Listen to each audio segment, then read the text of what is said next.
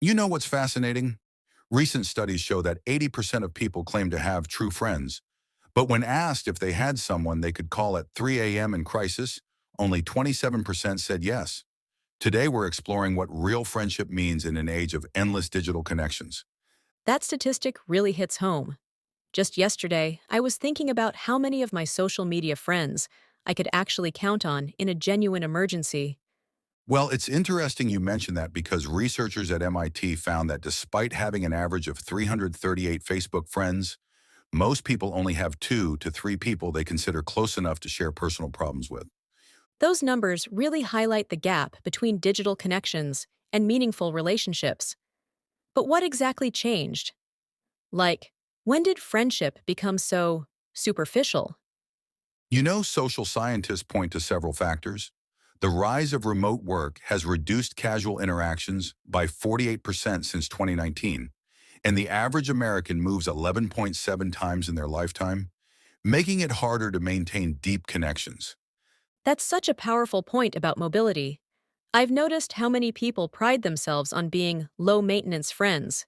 You know, the ones who say they can go months without talking. Exactly. And psychologist Dr. Sarah Martinez found that this low-maintenance friendship model often leads to what she calls connection deficit disorder, where people have lots of casual friends, but few deep relationships. That really explains why loneliness rates have skyrocketed, even though we're more connected than ever through technology. Speaking of loneliness, a recent Gallup poll showed that 61% of young adults feel lonely frequently or almost all the time, despite spending an average of 4.5 hours daily on social media platforms. Those numbers are staggering, and it makes me think about how we measure friendship today versus historically. Like ancient cultures had such different expectations. That's right.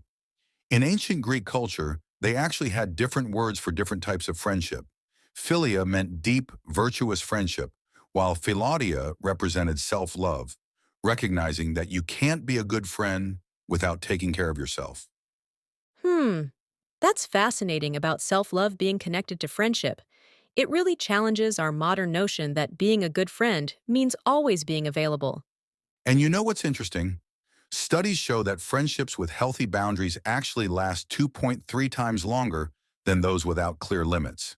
It's like the old saying about good fences making good neighbors. That makes so much sense. But how do we balance boundaries with being there for friends in crisis? Well, research from Harvard's School of Public Health shows that it's not about the quantity of support, but the quality. Just 10 minutes of focused attention can be more beneficial than hours of distracted presence.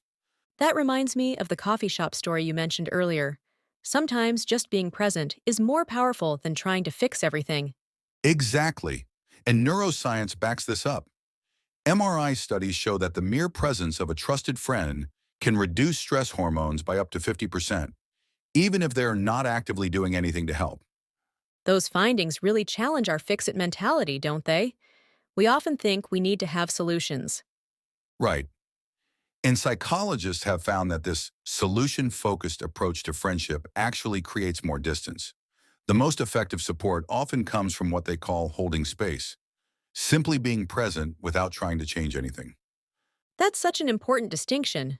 But in our busy world, how do we actually maintain these deeper connections? Well, research suggests that consistent small interactions matter more than grand gestures. A study from the University of Michigan found that friends who had brief, regular check-ins reported stronger bonds than those who only connected during major life events. That really takes the pressure off feeling like we need to be everything to everyone all the time. And here's something surprising. Anthropologist Robin Dunbar found that humans can only maintain about 150 meaningful relationships at once, with only about 5 being close friendships. It's actually hardwired into our brain's capacity. That's actually really freeing, knowing there's a biological limit to how many close friendships we can maintain. Exactly. And when we look at the health impacts, having just one close friend can increase our lifespan by up to 7 years. That's more than the effect of exercising regularly or maintaining a healthy weight.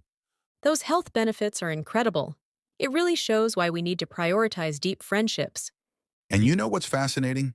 Studies of centenarians people who live to be 100 or older consistently show that strong social bonds are more predictive of longevity than diet, exercise, or genetics.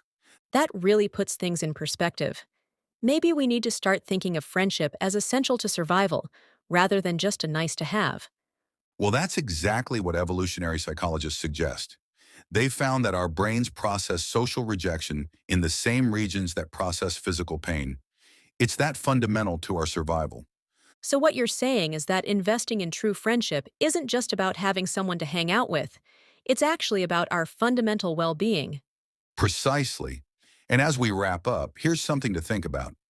Research shows that the friends we have at age 30 are likely to be our friends for life.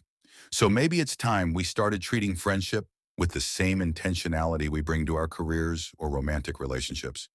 That's such a powerful note to end on. It really makes you think about how we're investing our social energy. And perhaps that's the key takeaway. True friendship isn't about convenience or entertainment, but about conscious investment in relationships that make us better, healthier, and more fully human.